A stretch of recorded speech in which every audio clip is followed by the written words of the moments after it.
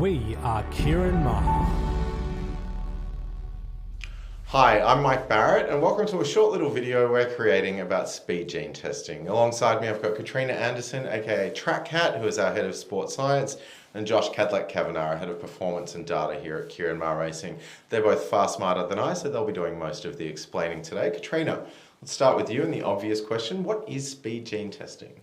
So it's a test that examines the gene in the horse called the speed gene, which helps determine the rate of muscle development as well as the type of muscle that horse produces. This is the fast and the slow twitch. So there are three different types of gene. The CC, which is a higher muscle mass as well as predominantly fast twitch, so those are your sprinters. And then you have a CT, which is your more versatile gene type, and that's a good mix of fast and slow twitch. And then you have TT, which is your predominantly slow twitch, and so they're ideally suited to longer distances. Excellent. Now some people might be sitting here and thinking, well, I've got a yearling, but it's out of a staying sire and a staying mare. Surely it's just going to be a stayer. Yeah, well, that is the obvious sort of question here, and a lot of the times you'll get horses that you think might be a TT, whereas in fact they are a CT. So when you look at the different crosses between potentially a CT mare and a CT sire, you'll find that there is still a 25% chance of having a CC, a 50% chance of having your CT, but then also a 25% chance of having a stayer. So sometimes it's not always as obvious. Okay, all right, so it's not that obvious. Josh, how do we use this when it comes to race planning? I guess this helps us really determine from a young age. Obviously, we get them all the gene tests done when we get them in from the yearling sales, and this helps us plan for their race planning. The CCs we can know they're ready to kick off over the 1,000 meters or 1,200 meters, whereas a horse like a CT will be kicking off maybe potentially around 1,400s, but the TTs obviously we can kick those off 1,400, 1,600 and further. So that really helps Ciaron and Dave and the race planning team sort of nail down to where horses are starting in and where they're going to best excel over the trip. And Katrina, you use this speed gene testing alongside other data that we're capturing within training to also help the race programming. Just explain a little bit about that. Yeah, I like to look at the gene test in combination with the training data, but more specifically looking at their locomotion, the way a horse accelerates. And I think then we can really narrow down exactly where a horse is going to be well suited. Excellent.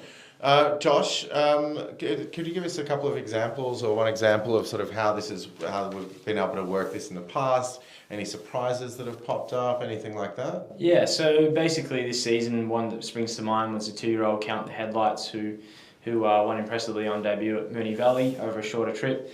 And it gave us confidence that he was a CT, and basically we could take him to the sires and he'd run out a trip. Even though potentially his race performance didn't actually say that, we could actually stretch him out over the 1,400. He even went to the Champagne as well, 1,600, sort of end of preparation for him with not a great run. But the 1,400, I thought he handled that track, he handled the race well. Another great one was Decent Rain. She was basically around a 1,000 metre, 1,200 metre horse, and then put her up to 1,400, and she's gone super with 2 great wins over the 1,400, and she was definitely running her most impressive over the 1,400. Another one who's sort of hasn't been seen for a little while is Port Louis. He ran a very plain 1,200 metres with no real excuses, but then we put him up to the 1,400, and that was his best performance to date. And he was a CT gene type to basically say that he'd be getting that further distance. So it really helps the team place horses, and the communication between us and the training team to say basically give them this detail is definitely an additional factor to the placement of horses. So it's not just all about training programs, etc. It's also horse welfare, isn't it? Yeah, so we've gone into partnership with Plus Vital, who have a very extensive research program led by Professor Emmeline Hill, and they're doing ongoing research looking into injury prevention using genome sequencing, and I think that really supports what we're trying to achieve here at Ciaron Maher Racing, and that's animal welfare, improving horse welfare. Absolutely. Last point is the pricing. How much does this cost? Because that's just going to be the other question people are going to be asking. So this is a one-off payment, which is $300, which is all tested when everyone gets their horse. Basically it's going to be an ongoing default cost for when you purchase a horse with us. And basically that gives us greater confidence to place the horse. And basically also it can tell us how quick the horse will be able to get to the track.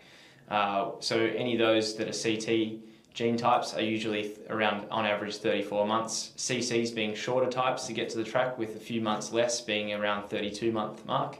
And those that are TTs, the staying types, need more time to mature. They can be sort of up to 38 to 40 months after the birth date, of course, to get to the track. So it gives a lot of information, not just about the distance, but how the maturity of the horse is going to come about your yearling purchase or tried horse purchase with us. And in the scheme of things, $300 when we're talking about horses, these days, a cheap horse is considered, under $100,000. So it's really not a big investment, but it's an investment that we're making in this space anyway, as we've got our sports science, we've got our data and performance team. So we really see this not only as the future of racing, but very much the present. If you've got any further questions, you feel free to contact the team. We'll put some email details below. But yeah, hopefully that's answered most of your questions. If you've got any more, they will be more than happy to answer it. Thanks.